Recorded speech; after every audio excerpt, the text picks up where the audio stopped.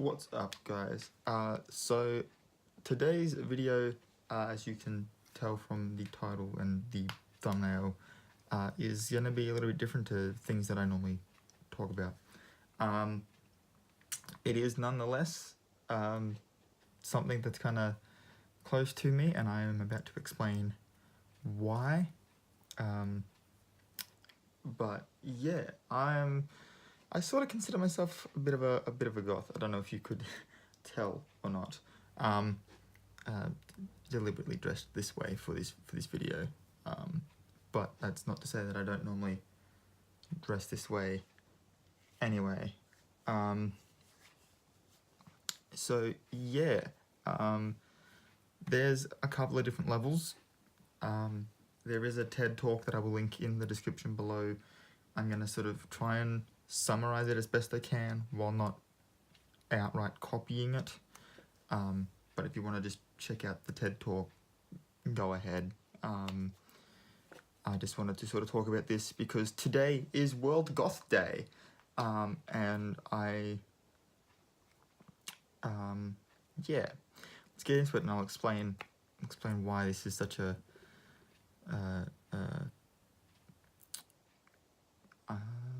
important day, I guess, to me at least. So yeah, let's let the intro play and we'll be right back and I'll tell you.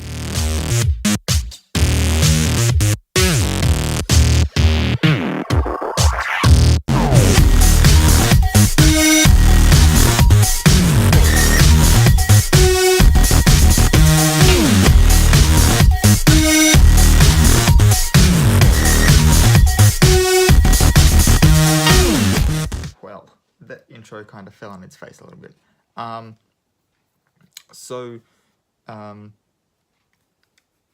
If you're still here, it means that you haven't gone to check out the TED talk just yet. Either that or you've already been and you came back to hear how I am going to butcher it, which is cool too.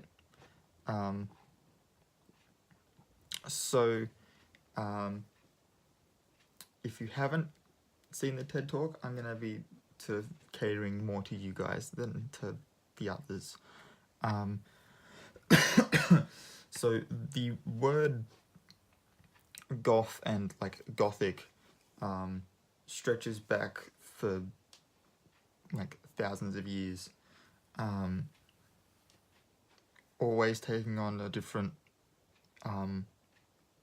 meaning sort of thing.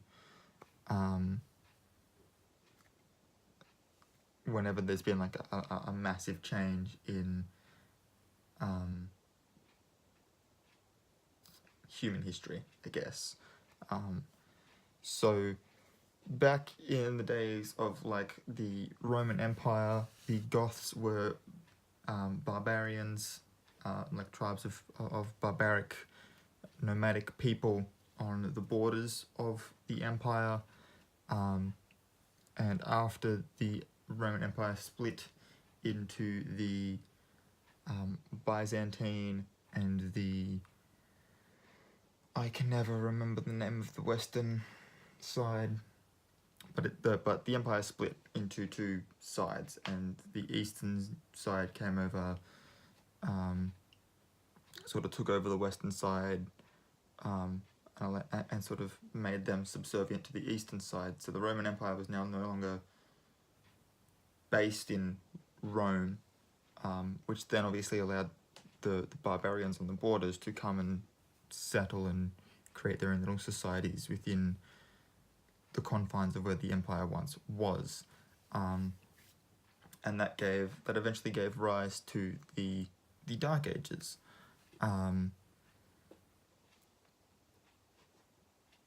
And then so during that, there was a new art style that sort of focused more on religious symbolism and stuff, and this is where you'll find a lot of the paintings of, like, let's try and think. Am I in fact thinking of the right kinds of paintings? because to me, the religious symbolism and stuff sort of calls to mind the pictures that I frequently see when I'm on Wikipedia of famous artworks of like Aphrodite coming out of the sea, and like Hercules slaying the Nemean lion and stuff. Because for that period of time, like the empire's just died down. The Roman Empire did at one point take over Greece and all of its mythology and stuff, so that would have then been appropriated into the Roman pantheon, which is why you can basically take the 12 Olympians and find their exact replicas in the Roman Empire. Kind of hate the Romans on a couple of different levels, and it's mainly because they stole all of Greece's all the things that were good about Greece. Basically, they stole it, reappropriated it, and Greece just hasn't really ever recovered, unfortunately, as far as like mythology and stuff goes. But yeah, so that gave rise to the new art style, which obviously extended into architecture and the building of Gothic cathedrals, which had sort of like the tall spires, the open windows, and more or less had gargoyles on it because of the whole level of superstition that was going around with the religious symbolism and stuff. So gargoyles would put on the outside of buildings to keep evil spiritual forces away from entering the places of God. Basically, they were there to defend it against the darkness, which is ironic because most gargoyles look like they are themselves demonic in some form. But yeah, the TED Talk describes it as being skeletal and ornate, which I really couldn't find better words to describe it, honestly. But it was eventually referred to as Gothic by a I can't remember if he was an art critic or what, but he referred to it as Gothic in a derogatory, derivative reference to the barbarians that were believed to have destroyed the classical period of civilization in the Roman Empire. And so that name sort of stuck with its associations of darkness and superstition and stuff, which then obviously moved into the literary genre during the 1700s, when the rest of human society was sort of shifting towards more scientific, logical explanations to things and less involved with, gods and fate. They wanted to, we sort of started taking our own destinies into our own hands in the 1700s. And Gothic was then repurposed to encompass the literary genre that, and to sort of quote here, idealized natural landscapes and mysterious spiritual forces. The first book in the literary genre to actually be given the term Gothic, particularly Gothic horror, I believe, was The Castle of Otranto in 1764, written by Horace Walpole. It is sort of up there on the list of books that I want to read myself, simply because, and as the TED Talk says as well, many of the novel, many of its elements eventually became Gothic horror genre staples. And so that genre obviously also includes Bram Stoker's Dracula, Mary Shelley's Frankenstein, pretty much anything written by Edgar Allan Poe, and so on and so forth. It eventually also came to include films going way back as the 1930s, when films were still in black and white, and so that's when the Wolfman and the Mummy came into it. I believe some of the first films technically classified as Universal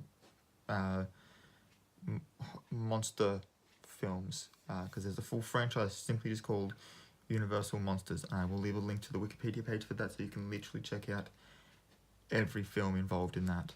Some of the first ones are the Hunchback of Notre Dame, which literally includes one of these Gothic cathedrals. The Phantom of the Opera, again with its sort of darkness. The Man Who Laughs, which is the film that eventually inspired the character of the Joker from the Batman comics. And then you've also got things like The Mummy, and then you've also got the Creature of the Black Lagoon, and like swamp monsters and stuff. And obviously this also included like Macbeth with from William Shakespeare with its witches and stuff, and all sorts of like religious superstition. Hamlet would also fit into that quite nicely, and so on and so forth. Basically, if you can dress up for it as Halloween, dress up as it for Halloween, rather, it probably, that particular creature probably at some point came from Gothic horror, because Gothic horror somehow at some point tied itself with the Wiccan celebration of, let's see, in the Northern Hemisphere that'd be, I believe that would be Samhain, and in the Southern Hemisphere that's Beltane, which basically just celebrates sort of the coming of winter or summer, depending on your hemisphere. And yeah, that's why like pumpkins, which are technically like a vegetable that comes about during sort of the harvest season at the beginning of, or sort of end of autumn, I guess, in the Northern Hemisphere, because the end of coming to the end of spring in the Southern Hemisphere, they sort of became part of it. Yeah. And so literature and film sort of owned the label of Gothic until the 1970s, when the post-punk music scene sort of emerged, with bands like Joy Division, Bauhaus, and The Cure, which are the 3 examples given in the TED Talk as well. I literally took 5 minutes to write some of this stuff down. So, and it used imagery inspired by the Victorian era, which is where all of these monsters from literature sort of came from, the 1700s, and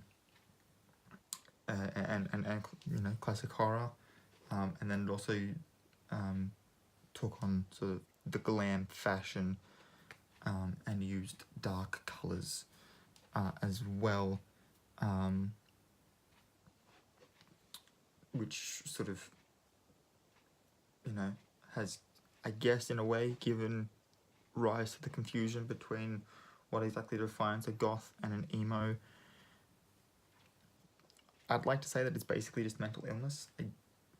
I'm probably oversimplifying it by a long way, but it's probably not that far off either. Goths like to listen to, you know, post-punk music. They have a particular way that they dress. They, you know, the entertainment that they watch usually includes vampires, werewolves, and witches.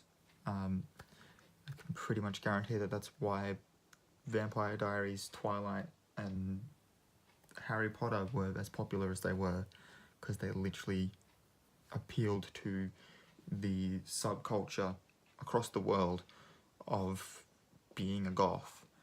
And then obviously the glam fashion comes in with like the big hair and stuff, which eventually, I mean, the band Kiss uses the glam fashion, so it's not like it's not mainstream at some point in history. But the one thing that the video does talk about is that whenever there is a gothic movement, and the word is repurposed to mean something else, it usually also signifies a point in time where society as a whole has reached into its past to use elements of art and architecture or literature or whatnot to then reshape its present, to bring something that it believes to be fresh for the time, when realistically we're just running in circles. Humans have kind of decided what they like, and it's either, you know, A, B or C, and once we get bored of A we move on to B, then we get on to C, and then when we get bored of C, instead of going back to B, we'll go back to A and continue the cycle. The one thing that it sort of touches on but doesn't really go into, and this is where I'm going to sort of expand my video, is that one of the subgenres of you know, gothic culture, I guess, it does specify that steampunk is part of that. Steampunk is more influenced, it is still a gothic subculture, but it's more influenced by the Industrial Revolution, which is why, for the most part, it's got like, Industrial Revolution was when the steam engine was invented, so steampunk makes sense. But that's why you've got like the aviator goggles that have like cogs and stuff around them, because it tries to use as much machine imagery is the word we were going for there. Tries to use as much mechanical imagery as possible, rather than going for dark stuff. Being that it was a time when technology was evolving, and technology tends to go hand in hand with science, it is also what sort of pulls science fiction and fantasy together. Obviously the fantasy part is, you know, vampires, werewolves, witches, superstition, that sort of stuff, because you can have all of those existing in a medieval setting and call it Lord of the Rings. And Lord of the Rings does have examples of those things. You've got a necromancer, could quite easily be vampiric in nature. There's wizards. You've got Bjorn, who can transform himself into a bear. I know it's not a wolf, but it's still animal shapeshifting of a sort. And it's, you know, set in that medieval period. By the same token, Game of Thrones fits quite easily into that as well. And so that's sort of like that generic sort of fantasy setting that we all have in our minds. And then steampunk sort of pulls science fiction to it, with things like time travel, with literally the time travel being the number one thing that comes to mind, and sort of more science fiction sort of stuff as well. I literally cannot think of another example, and it's honestly driving me insane. But yeah, sort of sci-fi and fantasy sort of come together under that. And then sort of as technology's evolved, those genres have also evolved to sort of eventually correlate with each other so that a fantasy element can then be explained by a science fiction element, and yeah, you get all sorts of fun and unique combinations of the two. So yeah, that's really all I had for today. I do hope you enjoyed this video. If you did, make sure to give it a big thumbs up. Don't forget to hit the subscription button and the notification bell so that you are alerted when I upload a new video. I will leave all of my socials in the description down below, as well as those videos that I said I would link for you guys. And until next time, night A2, I will check you later.